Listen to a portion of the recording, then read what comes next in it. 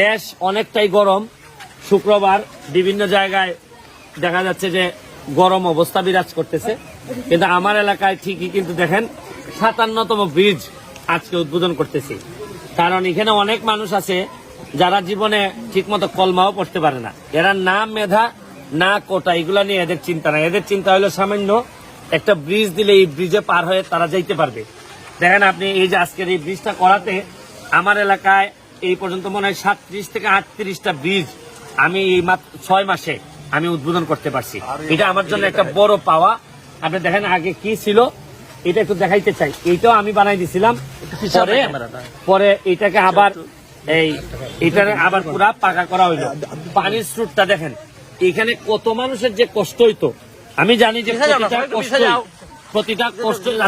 প্রতিটা কষ্টই গুরুত্বপূর্ণ। আসতে ফেললো না, প্রতিটা কষ্টই গুরুত্বপূর্ণ। যে জায়গায় মানুষ কষ্ট পাচ্ছে এইটাই আমরা মনে করি যে এইটাই আমাদের অ্যাড্রেস করা বা অ্যাটেনশন দেওয়া উচিত। এটা আজকে বাচ্চারা আহত হয়েছে, নিহত হয়েছে, এটাও আমরা দুঃখ প্রকাশ করি, আমরা প্রতিবাদ করি, আমরা বিচারের দাবি জানাই। একই সাথে বিভিন্ন সরকারি স্থাপনা ধ্বংস যারা করছে তাদেরও বিচারের আওতায় নিয়ে আসার দাবি জানাই। একই সাথে দেখেন আমি এমপি হিসাবে 7 লাখ মানুষের জন্য যে দায়িত্ব, এই দায়িত্ব পালন করার জন্য দিনে রাইতে কাজ করে যাচ্ছি।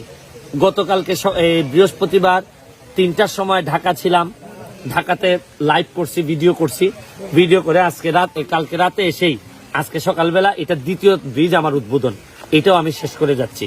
কিন্তু একটা কথা হচ্ছে যে মানুষের জন্য কাজ কখনো থামাই রাখেন না।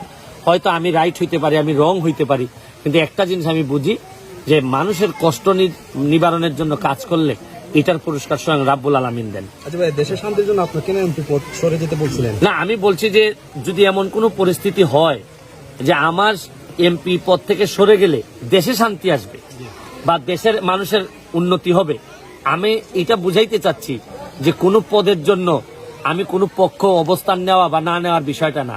আমার কাছে মুখ্য উদ্দেশ্য হচ্ছে গিয়ে শান্তি ফিরাইয়া নিয়ে আসা। এটার জন্য আমি ব্যক্তিগতভাবে কতটা জলাঞ্জলি দিতে পারি, কতটা ছাড়তে পারি, এটার একটা উদাহরণ আপনাদের সামনে তুলে ধরতে চাই।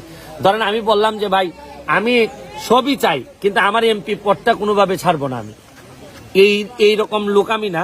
আমার কথা হচ্ছে যে ভাই শান্তির জন্য সংবিধান সংরক্ষণ এবং শান্তির জন্য আর দেশের সরকার যেভাবে বিচার আচার করতে চাচ্ছে এইগুলার পথ করে দেওয়ার জন্য আমি আমার যে কোনো ধরনের স্যাক্রিফাইস করতে রাজি আছি।